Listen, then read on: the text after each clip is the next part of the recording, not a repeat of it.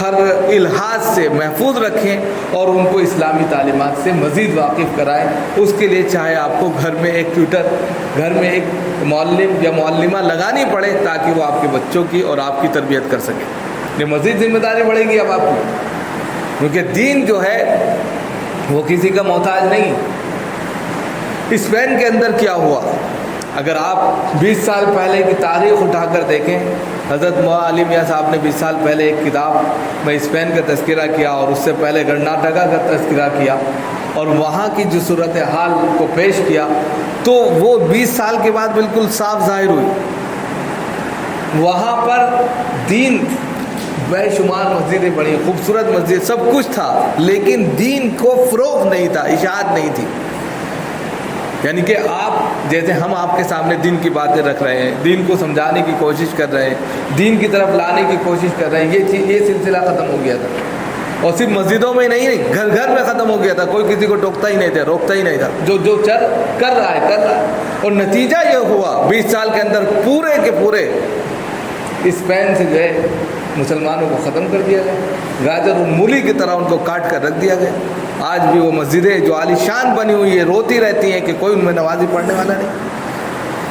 تو وہ کنڈیشن پیدا ہونے سے پہلے ہماری آپ کی ذمہ داری ہے کہ ہم اگر سرکار کے تمام احکام کو مانتے ہیں ٹھیک ہے، لیکن ہم اپنے گھر میں اپنے اسلام کے احکام کو مانیں، یہ طے کریں ہم کہ ہم خود بھی اسلام کو مانیں گے، اس کے عقیدے پر مضبوط رہیں گے، اس لیے کہ ہم پہلے ہی اقرار کر چکے ہیں، اور اپنے گھر والوں کو بھی ہم اس سے محفوظ رکھیں گے، اس کی گندگی سے، اور ان کو اللہ کے تابع بنا کر زندگی گزاریں۔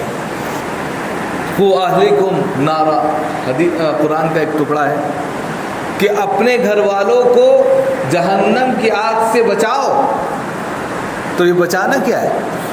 یعنی ان کو اتنی تعلیم دو، ان کو اتنا یعنی کہ سلیقے مند اور تہذیب یافتہ بنا دو، تعلیم یافتہ بنا دو کہ وہ خود اپنی تعلیم کی بنیاد پر جہنم کے راستے پر چلنے سے رک جائیں، اور وہ طریقہ اختیار کریں، وہ راستہ اختیار کریں جس میں ان کی دنیا بھی بنتی ہو، دنیا کے اندر بھی وہ کامیاب ہوتے ہوں اور آخرت میں بھی ان کو کامیابی ملے۔ کہتے ہیں کہ اگر اس دنیا سے کوئی رائے کے دانے کے برابر، رائے کا دانہ بالکل معمولی ہوتا ہے، بالکل، اگر آپ دیکھیں اس کو کسی آلے کے ذریعے تو بہت معمولی ہوتا ہے، اس دانے کے برابر بھی کوئی ایمان بچا کر لے گیا تو اس دنیا سے بڑی جنت مل جائے گی۔ دنیا کتنی بڑی ہے آپ دیکھ لو، آپ کے پاس 1000 اسکوائر فٹ کا پلاٹ ہو تو فخر سے کہتے ہیں ارے میرے پاس 2-3 پلاٹ پڑے ہیں 1000 کے، 500 اسکوائر فٹ کا ہی ہو، اپنا ذاتی گھر ہو چاہے 300 اسکوائر فٹ کا، خوشی سے پھولے نہیں سماتے۔ رائے کے دانے کے برابر اگر ایمان بچا لے گا اس دنیا سے بڑی جنت مل جائے گی۔ اب کتنی بڑی دنیا بتا لیجیے، سینکڑوں بیگھوں میں پھیلی پڑی ہے۔ تو اس کی فکر کرنی ہے، جس طرح ہم دنیا کی فکر کرتے ہیں، کمانے کے لیے تگ و دو کرتے ہیں اور دنیا حاصل کرنے کے لیے، اپنی جائیداد کو بنانے کے لیے، اپنے آپ کو اور اپنے اسٹیٹس کو بڑھانے کے لیے فکر کرتے ہیں، ہمیں اپنے ایمان کے اور آخرت کی بھی فکر کرنی ہے۔ ہمارے سامنے سب سے اہم بات کیا ہے؟ وہ یہ ہے کہ ہم ایمان والے ہیں۔ ایمان والوں کا اس دنیا میں کچھ نہیں، یاد رکھیے گا، ایمان والوں کا تو اصل جنت ہے، اور غیروں کے لیے تو اصل کیا ہے؟ یہی دنیا ہے۔ اسی لیے کہا گیا مومن کے لیے دنیا قید خانہ ہے اور کافر کے لیے یہی دنیا جنت ہے۔ اس لیے اس پر عمل کرنا ہے۔ اللہ تعالیٰ ہم سب کو عمل کی توفیق دے۔